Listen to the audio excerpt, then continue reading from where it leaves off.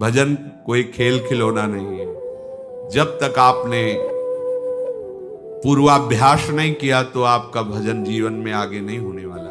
ये भूल जाओ कि लड़का बच्चा परिवार और इनके सब ब्याह बर और सब होने के बाद बुढ़ापे में आराम से जाकर वृंदावन में फ्लैट लेंगे और खूब भजन करेंगे। भूल जाओ, फ्लैट ले सकते हो, आओगे, लेकिन यहां प्रपंच ही करोगे, भजन नहीं कर पाओगे। सत्संग में बैठोगे, सो जाओगे, शब्द समझ में नहीं आएगा, क्योंकि अभ्यास ही नहीं किया है।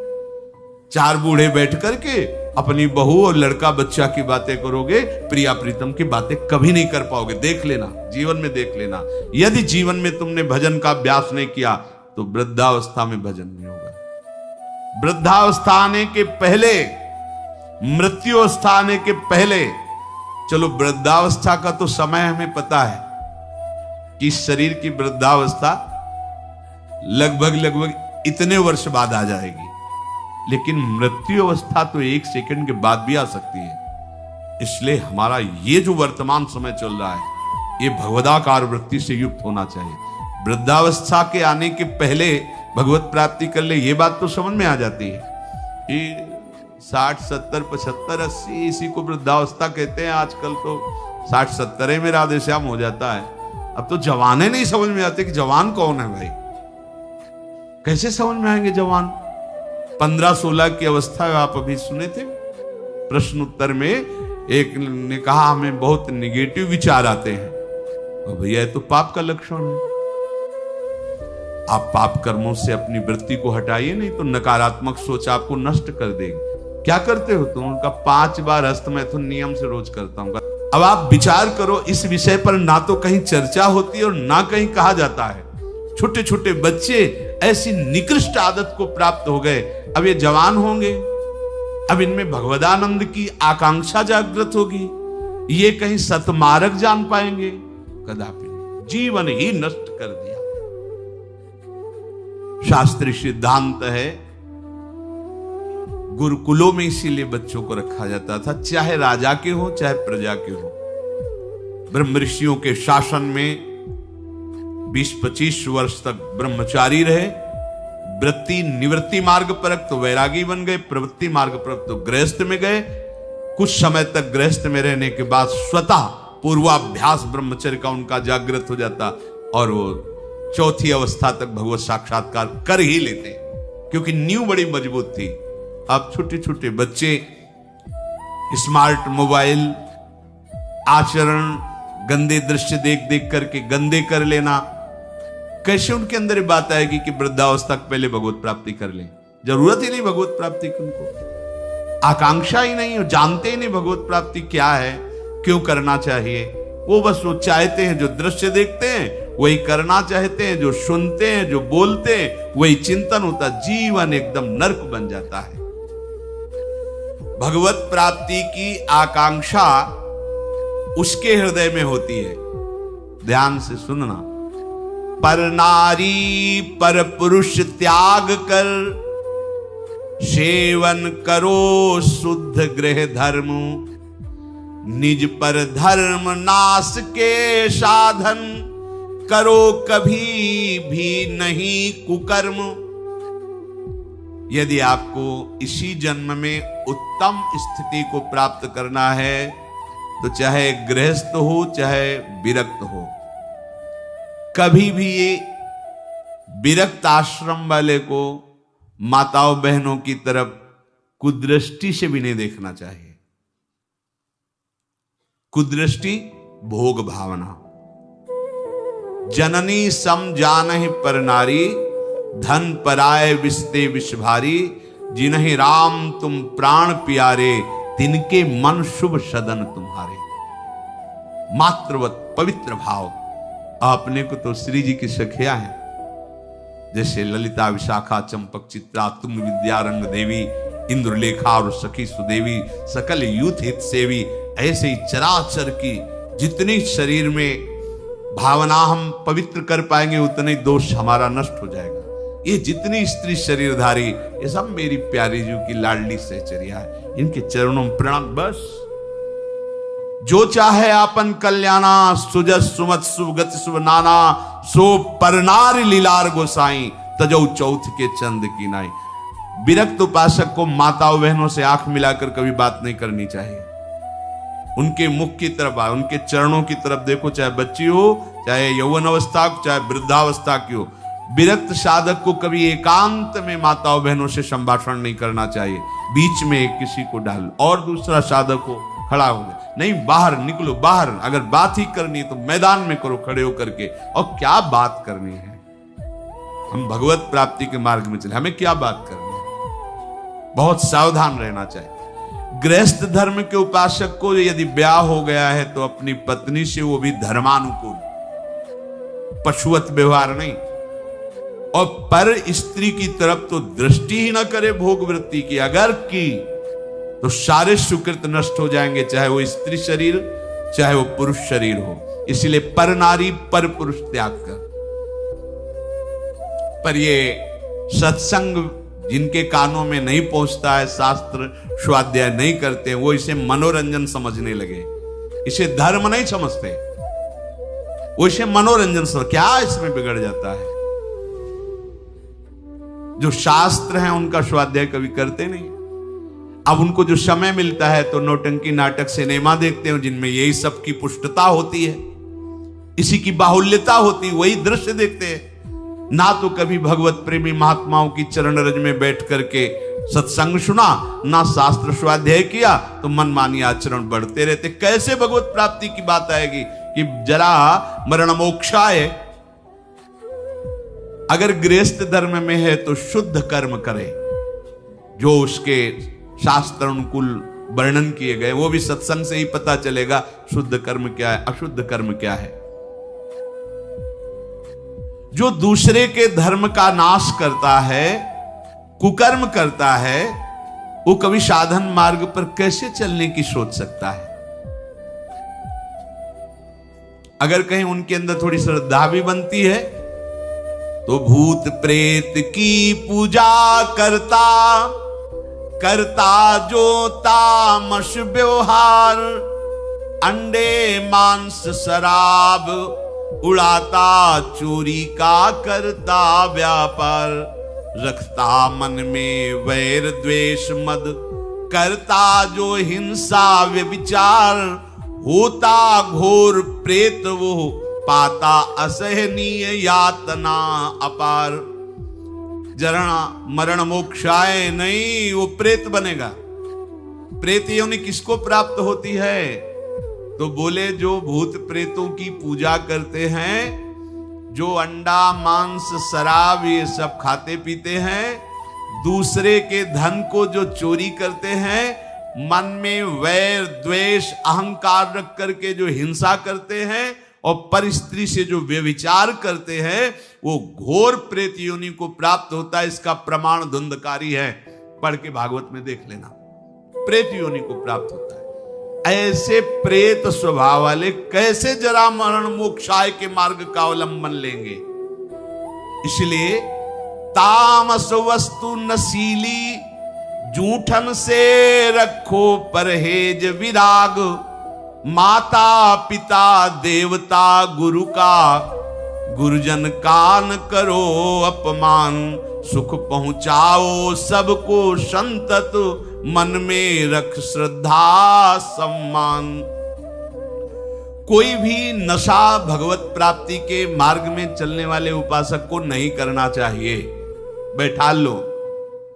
आजकल ये भी बहुत सूक्ष्मता से साधन मार्ग वालों को गिराने के लिए प्रवेश कर गया है कि थोड़ी सी भांग खा लो, बस भगवदानंद में डूब जाओगे, या एक दो चिलम फूंक लो, या अमुक अमुक अमुक। हम प्रणाम करते हैं, जो ऐसा करते हैं सिद्ध महापुरुष होंगे, उनको हम प्रणाम करते हैं, पर अपने कच्चे साधकों के लिए या भगवत प्राप्ति के लक्ष्य वालों के लिए हमें कहीं शास्त्र में आज तक नहीं लिखा, कहीं ऐसा नहीं मिला। कुछ लोग उदाहरण देते हैं कि भगवान शंकर भी भांग खाते हैं। भगवान शंकर भांग खाते नहीं, पीते हैं, हलाहल जहर पीते हैं। जगत की रक्षा के लिए समुद्र मंथन में निकला हुआ हलाहल जहर पिया। तुम एक धतूरे का फल खा के दिखाओ तो तुम्हें माने उनकी समानता कर सकते हो। जगत रक्षा के लिए भगवान, और यहां से नीचे उतरने नहीं दिया है। यही है नीलकंठ। तुम एक घूंट पानी आरोप के दिखाओ, एक बूंद पानी चला जाए खूब खूब करते रहोगे। पूरा हलाहल जहर समुद्र मंथन का यह आरोप लिया है, इसलिए नीलकंठ भगवान उनको कहा गया। कहते भगवान शंकर गांजा पीते, कभी देखा चिलम उड़ाते हुए भगवान शिव को? अरे भाई समझो, उस भगवान है, वो जगत मंगल के लिए सब किए हैं। वो कोई ऐसा नहीं कि थोड़ा भांग खा के कैलाश, भांग का नशा कितनी मिनट रहता है? बहुत 24 घंटे, 12 घंटे 24 घंटे। शंकर सहज स्वरूप समारा, लाग समाधि अखंड अपारा। 88,000 वर्ष तक की समाधि एक बार में, 88,000 वर्ष। 88 मिनट बैठ के बिना हिले दिखाओ हमें तुम। 88 मिनट बिना हिले डुले पद्मासन लगाओ और 88 मिनट बिना हिले डुले, शरीर कांप जाएगा। महापुरुषों के सत आचरण का तो अनुकरण नहीं करते, और उनकी जो महामहिम जगत रक्षा के लिए वृत्ति, उसको बोलते भगवान शंकर नशा करते। कोई भी तामस वस्तु, नशीली वस्तु अगर स्वीकार करेंगे तो शुद्ध भजन नहीं हो पाएगा। इसलिए जो कर रहे हैं वो सिद्ध है, हम प्रणाम करते हैं। हमारा निषेध करने का कोई बल ही नहीं है। शास्त्र कह रहा है तामस वस्तु नशीली, कोई भी नशा नहीं होना चाहिए साधक के जीवन में। जूठन से रखो परहेज। गुरु की, आराध्य देव की जूठन के सिवा जीवन में किसी और की जूठन नहीं पानी चाहिए। सब सवै संत गुरुदेव हैं, व्यास या प्रतीत। भगवत प्रेमी महात्माओं की जूठन के लिए तो आदेश दिया है, जूठन ले पावे सदा। जो गृहस्थ में हैं, माता पिता वयो वृद्धों को भगवान का स्वरूप मानकर उनका आदर करे। बड़ा क्रूर स्वभाव होता जा रहा है। नवयुवक जन है, अपने वृद्ध माता पिता को कट वचन बोलते हैं, यहां तक कि उनके ऊपर हाथ भी छोड़ देते, मारने पीटने तक पर। सोचो तुम्हारी गति क्या होगी। जो भगवत स्वरूप माता पिता, जिनकी चरण आराधना करने पर भगवान की प्राप्ति हो जाती। पुंडरीक जी ने अपने माता पिता की आराधना की तो भगवान विठ्ठल उनको दर्शन देने बिना चाहे आ गए। ऐसे पूज्यवर जो हमारे गुरुजन हैं, माता पिता, यदि हम उनका अपमान करेंगे, उनको गाली देंगे, तो हम जरा मरण मोक्षाय मार्ग पर चल पाएंगे? कदापि नहीं। और सदगुरुदेव की अवहेलना, फिर तुम्हें परमार्थ की पगडंडी मिल जाएगी? कदापि नहीं। सुख पहुंचाओ सबको संतत, मन में रख श्रद्धा सम्मान। सब में भगवत भाव कर कर सुख देने की भावना। बुरे संग का, बुरे व्यसन का, कभी न रखो मन में मोह। काम लोभ को छोड़ करो, सब जीवों पर स्वाभाविक छो। जैसे कर्म किए जीवन भर, जैसे मन में रखे विचार। अंत काल भाव मनुज का होगा उसके ही अनुसार। बहुत सुंदर बात कह रहे पूज्य भाई जी महाराज। यदि तुम बुरा संग करोगे, बुरा नशा करोगे, बुरे भाव रखोगे, काम लोभ आदि में आसक्त होकर चेष्टा करोगे, भोग वासना करोगे, तो क्या होगा? बोले जैसा जीवन तुम व्यतीत करोगे, फाइनल में तुम्हारे पास वैसा ही निर्णय आएगा। क्या? अंतिम समय वही कर्म छा जाएंगे। जो बुरे कर्म किए हैं वही छा जाएंगे। अगला, जैसे जरा सी वृत्ति मृग में लगी तो मृगाकार वृत्ति होने के कारण अगला जन्म मृग का हो गया। नहीं तो कितनी जगह ममता की हुई है, कितनी जगह क्या होगा अंत समय में।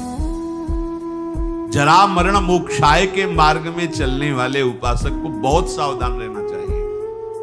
अंतकाल का भाव मनुज का होगा उसके अनुसार। जो जीवन में तुम कर रहे हो, अंतिम में वही भाव तुम्हारे आएगा। यदि भजन कर रहे हो तो सदगति, और अगर बुरे आचरण संसार में फंसे हो तो दुर्गति।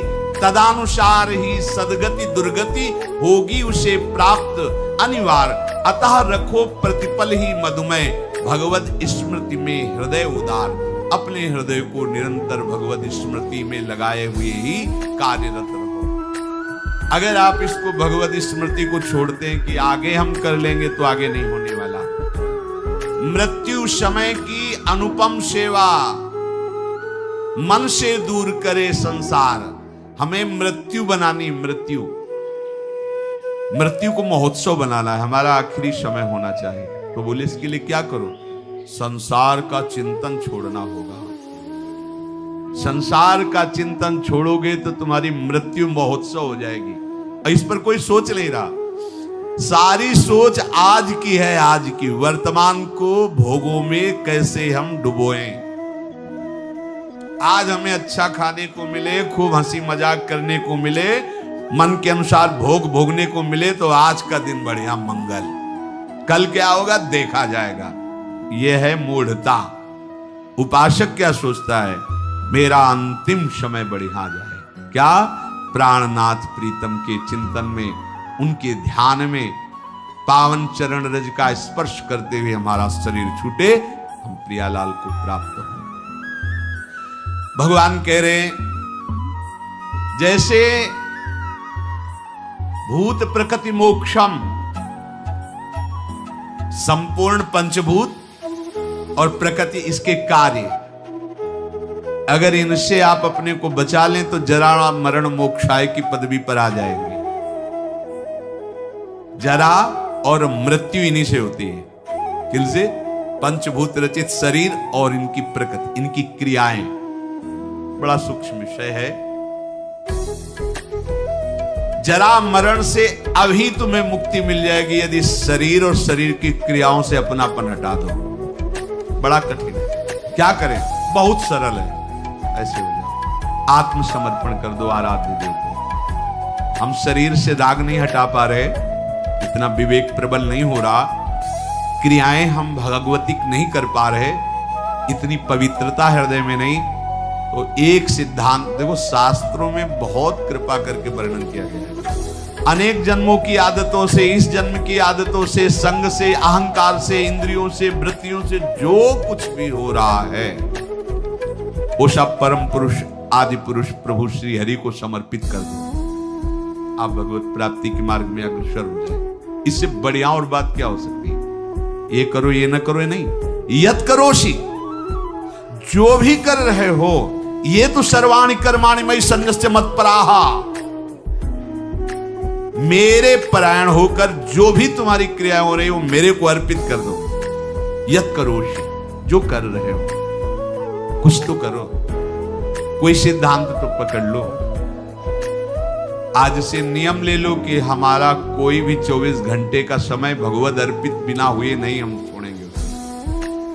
अगर शयन में जा रहे हैं तो जागृत का पूरा हिसाब प्रभु के चरणों में दीजिए, और शयन के बाद जब जगिए तो पूरा शयन दीजिए प्रभु को। प्रभु 10 बजे सोए थे, अभी 1 बजे 2 बजे जो जगे, प्रभु ये समय आपके चरणों में समर्पित है। इसमें जो हम नींद में हुए या जो भी नाम जप किया, जो प्रभु आपके चरणों में। अब फिर सुबह जागृत में ये विचार करते रहो, ये क्रियाएं सब प्रभु की प्रसन्नता के लिए हो रही। नाम जप करते रहो, हर क्रिया प्रभु को समर्पित। अभी कुछ ही दिनों में आप देखना, आपकी आध्यात्मिक विचार शक्ति बढ़ जाएगी, आपका विवेक पवित्र हो जाएगा। पर ये अभी 1-2 दिन करोगे फिर भूल जाओगे। भूलो नहीं, अगर भूलते रहोगे तो ज्यादा समय नहीं अपने लोगों के लिए पास। तो ये बहुत डींगे हाँकते हैं हम अभी बड़ा समय। ब्रह्मा जी के देश में, ब्रह्मलोक में, ऐसे कमल की पंखुड़ी में ऐसे छेदो तो अपने यहाँ का 1 वर्ष हो जाता है। अगर वो 80 बार ऐसे कर दिए तो हम गए। 80 साल ही होगी वो, तो तुम्हें 60, 70, 80, 85 कितनी उम्र है? बहुत जल्दी तत्पर हो जाओ। पर सब कोई तत्पर नहीं होगा, सब तत्पर हैं यहाँ जगत सजाने में। अरे हम जगत सजाने के लिए नहीं आए, हम जगदीश को पाने के लिए आए। ये हृदय का चिंतन बदलो, क्योंकि ये जरा मरण स्वरूप में नहीं होते, ये शरीर में होते हैं। अब स्वरूप का परिचय ही नहीं। लोग बहुत जानकार जैसे ज्यादा बातें बनाते तो भैया 3.5 हाथ के शरीर में रहते हुए कई साल हो गए? बोले 40। जाना तुम कौन हो भाई? हो कि 100-200 हाथ का है तो खोजने में समय लगेगा। 3.5 हाथ के शरीर में आप हैं, आप अपने को नहीं जानकारी कर पाए तो आप कितने बड़े जानकार हैं? औरों की जानकारी क्या लोगे? आप अपनी जानकारी नहीं कर पाए, 3.5 हाथ के शरीर में हो, कैसे भूल भुलावे में हो।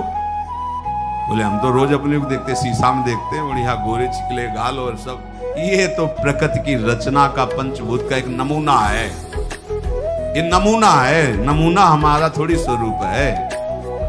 बस ये पहली सूरज गई, जरा मरण मोक्षा है, क्योंकि जरावस्था इसी में होती है और मरण अवस्था भी इसी की होती है। प्रकृति के कार्य शरीर के साथ जब तक तदात्म रहेगा तब तक जरा मरण मोक्षाय नहीं हो पाएगा। संबंध विच्छेद करना ही है इस शरीर से। सारी चेष्टा इसी शरीर के सजाने की है और शरीर को मैं मानने की पुष्टता की है। और हम बनते हैं साधक, हम बनते हैं अध्यात्म मार्ग के प्रतीक। जब कोई उपासक शरीर के साथ तदात्म मैं आज तक नहीं भूल पाए, देखो ना, जब आप तिलक लगाते हैं शरीर के माथे पे लगाते हैं, अपने माथे पे लगाते हैं, वो समय आता है क्या? नहीं, एक एक बाल संभाल करके, क्योंकि मैं हूं, मैं, बस यही अंतर है।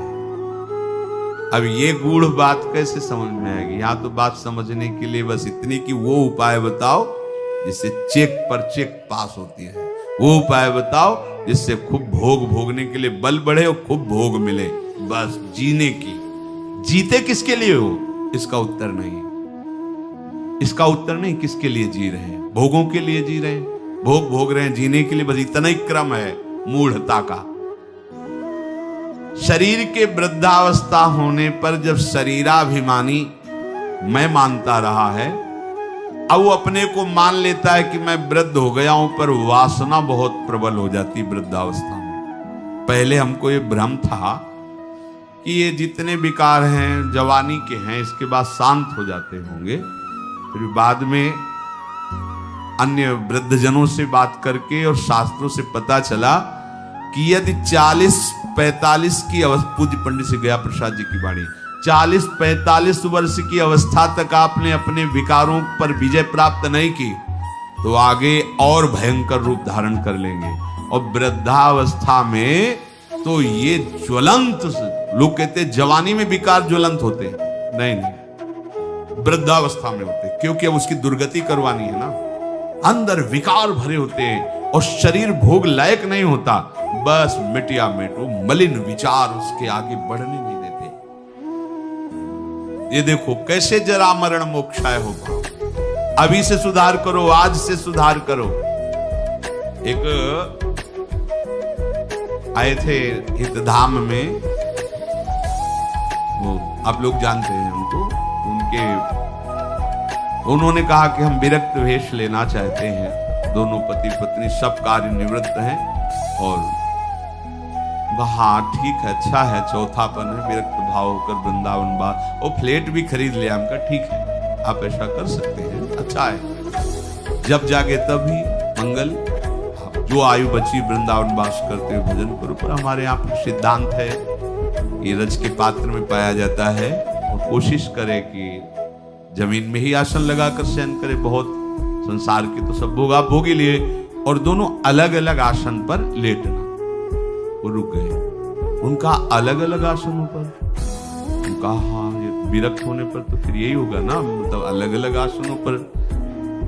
तो उन्होंने स्पष्ट कहा कि इनको फिर नींद नहीं आएगी तो हम विरक्ति नहीं ले पाएंगे। नहीं ली। और वो वृंदावन से, ये आप क्या समझते हो, बुढ़ापा में जीवन में भजन नहीं किया तो बुढ़ापा में आके तुम ऐसे नहीं। बहुत विचित्र राग है, माया का ऐसा राग नहीं है। जो ये मैं मानता है कि शरीर मैं हूं, शरीर पे मेरापन टिका हुआ है, तो जन्म मृत्यु जरा व्याधि दुख दोषानुदर्शनम वो नहीं कर पाएगा। जन्म मृत्यु जरा व्याधि दुख दोष ये नहीं देख पाएगा वो शरीर के। जन्म मृत्यु जरा व्याधि दुख रूप दोषों को देखना विवेकवानों का कार्य है। ये शरीर में बिल्कुल ममता नहीं रह जाती जब आप भगवत प्राप्ति का लक्ष्य करोगे। भगवत प्राप्ति का क्या, हमें लगता है अगर विशेष कोई कामना अपना जोर दे दे तो शरीर का प्यार खत्म हो जाता है। कोई कामना विशेष जोर दे दे अपने स्वरूप में आ जाए कामना, तो फिर उसे कुछ याद नहीं रहता, मरना मंजूर है, लेकिन वो अपने लक्ष्य पर आगे बढ़ जाएगा। फिर भगवत प्राप्ति की कामना और शरीर का राग बना रहे, कैसे हो सकता है? इसका मतलब है अभी भगवत प्राप्ति की जलन नहीं हुई हृदय में, भगवत प्राप्ति की लालसा नहीं हुई। ये मैं मेरापन से मुक्त हो गए तो जरा मरण से मुक्त हो गए, क्योंकि शरीर के साथ माना हुआ संबंध बड़ा कठिन है त्यागना। तो इसे क्या करें? कैसे संबंध का त्यागे? हम नया संबंध बनाओ। क्या नया संबंध? अभी तक जितने संबंध बनाए उन सब संबंधों ने तुम्हें बांधा है। भगवान कपिल देव जी कहते हैं कि ये आसक्ति ही जगत के बंधन का कारण हुई। और हे मां, अगर यही आसक्ति भगवत प्रेमी महात्माओं से हो जाए तो मोक्ष का खुला हुआ द्वार है। हमें संबंधों ने ही बांधा है, शरीर संबंध, शरीर संबंधी भोग, शरीर संबंधी रिश्ते नाते। अब हम एक संबंध और प्रकट करते हैं, अपने आत्मस्वरूप गुरुदेव का। मन वचन कर्म से हम आचार्य और गुरुदेव की शरण में होते हैं। अब ये जीवन यंत्रवत वैसे ही चलेगा जैसा आदेश होगा। खत्म किया। देह भाव कब नष्ट हो गया आपको पता नहीं चलेगा। जिन वैराग्य की सीढ़ियों को लांघना विवेक के द्वारा बहुत कठिन पड़ता, बड़ा लंबा समय जाता, छोटी छोटी अवस्था में कोई ज्ञान नहीं है, उन वैराग्य की सीढ़ियों को आगे लांघते हुए निकल गए गुरु कृपा पात्र जब। हम अगर ये संबंध मान ले, प्रथम ही से वह गुरु के चरण, जिन या धर्म कहो सब करन, नाम प्रताप बताइयो। आप इस चाल को समझना, ये मन बुद्धि इस बात को स्वीकार नहीं करते हैं। एक गुरु का संबंध केवल एक व्यवहार मात्र कर लेते हैं। गुरु मानने वाले लाखों हैं, लेकिन गुरु की मानने वाले अंगुलियों में गिने जा सकते हैं। अपने मन वचन कर्म से ये ठान लो कि अब मेरा जीवन बिक गया, कोई अस्तित्व नहीं। गुरु ने नाम देकर मंत्र देकर खरीद लिया है, अब वो जैसा चाहेंगे वैसा चलेगा। ये सब ठीक हो जाएगा, सब ठीक हो जाएगा। जितने भी महापुरुष हुए हैं सबने गुरु महिमा का गान किया है। बिना गुरु कृपा के इस मैं और मेरापन से हटना बड़ा कठिन होता है। घूम घूम करके छाया रहता है। देख लो, यहां बैठे हो इसलिए देख सकते हो, देख लो जब से चले हो तब से अब तक मैं और मेरे के ही घेरे को नहीं पार कर पाए हो, देख लो। और जो जितना समर्पित है मैं मेरा का घेरा, उतने उसका शिथिल होता चला जाता है। ये आत्मसमर्पण से सब ठीक हो जाएगा। हमारा प्रगट में शासन चाहिए, क्योंकि छवि तुम्हारे घर में विराजमान हो, कभी तुम्हें डांटी क्या? तुम्हारा जैसा मन आवे छवि के सामने करो, कर सकते हो। प्रगट में गुरु के सामने एक भी चेष्टा अगर प्रतिकूल की तो डांट पड़ जाएगी, सभा में तुम्हें गलती माननी पड़ेगी। लेकिन छवि के सामने, यद्यपि वो वहीं भी विराजमान है, पर आपकी वृत्ति सुधरने के लिए छवि से काम नहीं चलेगा। प्रगट में चाहिए जो हमें दुलार भी करे और हमें शासन भी करे, और हम यंत्रवत चले, बस भगवत प्राप्ति। ऐसा ना होता तो भगवान श्री कृष्णचंद्र जो नीचे बैठते हैं, संदीपनी जी ऊपर बैठते हैं। संदीपनी जी कौन है? बोले भगवान के गुरु हैं। क्या पढ़ा रहे हैं? बोले वेद पढ़ा रहे हैं। वेद कौन है? बोले भगवान के श्वासों से निकले हैं। जाकी श्वास वेद श्रुति चारी, सो हरि पढ़े ये अचरज भारी। संदीपनी जी के गुरुदेव भगवान कुछ समय के लिए विक्षिप्त का स्वांग किया, पागल जैसे। जितने शिष्य थे सब भाग खड़े हुए, लवशंका फेंक रहे हैं, थूक रहे हैं, मार रहे हैं, ऐसा मनो पागल हो गए। ऐसा काफी समय तक ये उन्माद स्थिति रही उनकी। एक दिन शांत भाव में हुए तो देखा संदीपनी जी ही केवल पास में, तो उनका बेटा और सब कहां गए? बोले गुरुजी वो तो अपने घर चले गए। क्यों? क्योंकि आपकी चेष्टा ऐसी प्रतिकूल होती थी, मारना, थूकना, पेशाब फेंक देना, ऐसा, तो लोग तो सब और तुम क्यों नहीं गए? बोले गुरुजी फिर आपको भोग कौन लगाता, आपका स्नान कौन कराता? बस, तो क्या हमारी प्रतिकूल चेष्टा तुम्हारे प्रति नहीं हुई? गुरुजी हमारा जीवन ही नहीं है, वो जीवन तो आपका जीवन है। अब जैसा आप हो, तो हमें कुछ इसलिए बुरा नहीं लगा कि ना मेरा तन है, ना मेरा मन है, ना मेरा प्राण है, हमने तो आपके चरणों में समर्पित कर दिया। अब आप चाहे मारो या दुलार करो, इससे मुझे कोई मतलब नहीं, क्योंकि ये जीवन आपका है।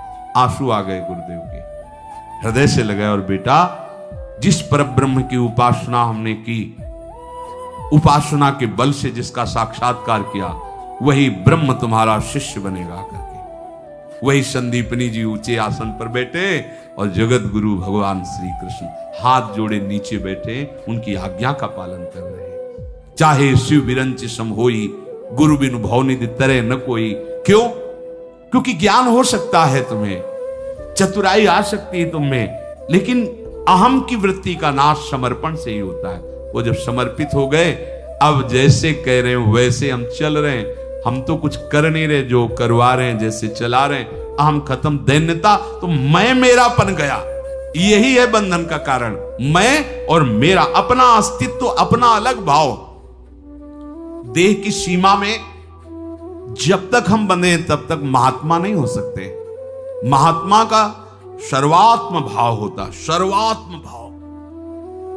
सब रूपों में मेरे आराध्य देव, या सब रूपों में मैं, ब्रह्मज्ञानी सब रूपों में मैं, भक्त सब रूपों में आराध्य देव। मामाश्रित यतन्तिते, जिसने मेरा आश्रय ले लिया, मेरे आश्रित होकर जब मैं साधन कराता हूं तो अभिमान नहीं होता। और जब उपासक स्वयं में कर्ता भाव लेकर यत्न करता है तो अभिमान छुपा पुष्ट होता रहता है। मैंने ऐसा कर लिया जिससे मुझे ऐसा अनुभव हुआ, और मैं ऐसा कर लूंगा जिससे मुझे ऐसा अनुभव होगा। ये सब अहम की धरा में होता है। और जब मेरा आश्रय ले लिया जाता है तो उसको ये अनुभव होता है कि प्रभु ने ऐसा कराया, तो ये अनुभव हुआ, प्रभु ऐसा करा लेंगे तो वो भी अनुभव हो जाएगा। उसके जीवन में सावधानी ये रहे कि आलस्य और प्रमाद ना आने लगे कि भगवान की कृपा से सब हो जाएगा तो भजन करने की जरूरत क्या है, गुरु कृपा से सब हो जाएगा, अब भजन करने की जरूरत नहीं। अच्छा चलो ठीक, तो फिर प्रमाद करके अन्य जो असाधन है वो भी करने की तुम्हारी रुचि नहीं होनी चाहिए। पक्का समझो, बस इसी से हो जाएगा। पर होता क्या है, हम ये तो कह देते हैं कि भगवत कृपा से सब हो जाएगा, ये छोड़ दिया यहां और करने लगते हैं असाधन, फिर भगवत कृपा कैसे आप पर जागृत होगी? सच्ची कह रहे हैं, ये स्थिति छोटी मोटी नहीं कि आज से हम कुछ नहीं करेंगे। झांक के देख लीजिए, ये बहुत बड़ी परमहंस स्थिति है। कुछ नहीं, न शुभ ना अशुभ, न सत ना असत, ये साधारण है। कह देते कि सब भगवान की कृपा से हो जाएगा। हाँ ठीक है, बहुत बड़ी बात है ये, पर आप अब अपने शरीर और मन को प्रकृति में लगाएं, भोगों में लगाएं, और फिर कृपा का आश्रय, गलत बात। इसीलिए कृपा पात्र वही है जो मन बुद्धि चित्त अहम पूरी चेष्टाएं जिनका आश्रय लिया उनमें लगा दिया जाए, उनके बल से ये लग जाएंगे। जो नित्य निरंतर प्रभु का चिंतन करता है, प्रभु का आश्रय लेकर के, तो उसका शरीराभिमान नष्ट हो जाता है, उसका कर्ता भाव नष्ट हो जाता है, स्थायी भाव उसके हृदय में आ जाता है भजन का। अभी अस्थाई है, थोड़ी देर भजन हुआ, थोड़ी देर विषय चिंतन हुआ, थोड़ी देर प्रभु अच्छे लगे, थोड़ी देर संसार अच्छा लगा। भगवद आश्रय लेकर हमारे हृदय में जो अब साधन की वृत्ति आ रही मेरे प्रभु दे रहे हैं, उनकी कृपा से हो रहा है, ऐसा मानकर पूरा प्रयत्न भजन में लगा दे तो देहाभिमान गलित हो जाता है, देह भाव रहित हो जाता है, स्थायी भजन की प्रवृत्ति जागृत हो जाती है।